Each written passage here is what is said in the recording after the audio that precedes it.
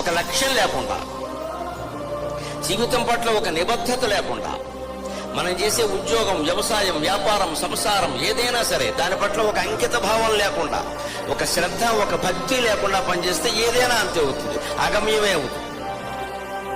అందుకని ముందు మన జీవితాలని, మన ఇంటిని, మన ఒంటిని పరిశుభ్రంగా ఉంచుకోవాలి, ముందు పద్ధతిగా ఉంచుకోవాలి.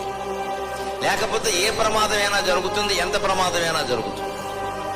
అక్కడేదో జరిగిందని మన ఇంట్లో జరగదని అనుకోకలా, జరుగుతుంది, ఎవరికైనా జరుగుతుంది. అయిపోయాక నెత్తి నోరు బాదుకుని దేవుడు ఎలా చేశాడు, దేవుడా దేవుడండి, దేవుడు ప్రమాదాలు చేస్తాడా? దేవుడు ఎందుకు ప్రమాదాలు చేస్తాడు? మన కర్మ కొద్దీ మనం తెచ్చిపెట్టుకుని దేవుడి మీదకి తోసేస్తుండే అక్కడి నుంచి జాతకాలు, ముహూర్తాలు మొత్తం వదిలేస్తాయి.